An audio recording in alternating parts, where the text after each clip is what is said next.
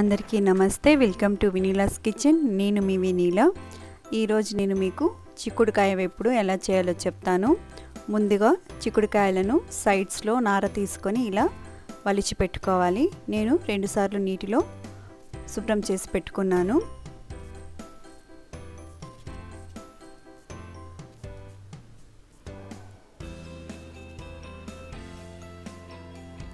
ఇప్పుడు కడాయిలో ఆయిల్ వేసుకొని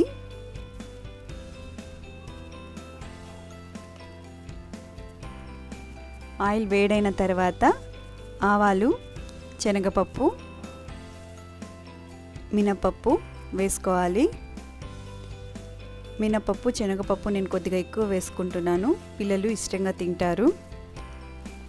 తర్వాత ఉల్లిపాయలు, వెల్లుల్లిపాయలను కచ్చపచ్చగా దంచుకొని వెల్లుల్లిపాయలను వేసుకున్న తర్వాత ఒకసారి ఇలా కలుపుకోవాలి. తర్వాత కరివేపాకును కూడా వేసుకొని కలుపుకోవాలి. ఇప్పుడు సాల్ట్ రుచికి సరిపడా మీరు వేసుకోండి.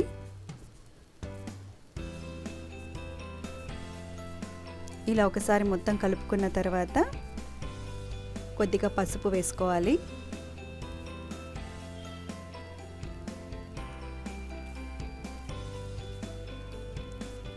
ఇలా మొత్తం బాగా కలుపుకున్న తర్వాత ఆనియన్స్ త్వరగా ఫ్రై అయిపోయాయి. ఇప్పుడు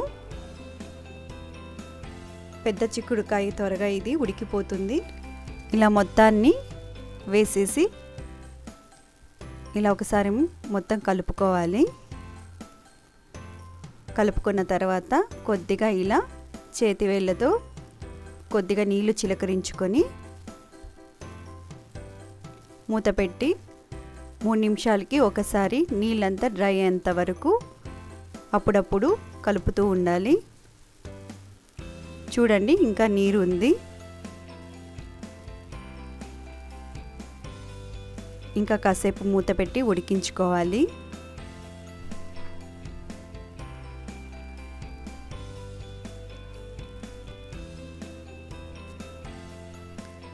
మొత్తం చిక్కుడుకాయ అంతా ఉడికిపోయింది. ఇప్పుడు కారపొడి వేసుకోవాలి. కారపొడి వేసుకున్న తర్వాత ఒక 2 నిమిషాలు పచ్చివాసన పోయేంత వరకు ఇలా కలుపుకోవాలి. ఇప్పుడు పల్లీల పౌడర్ వేసుకొని మొత్తం కలుపుకోవాలి.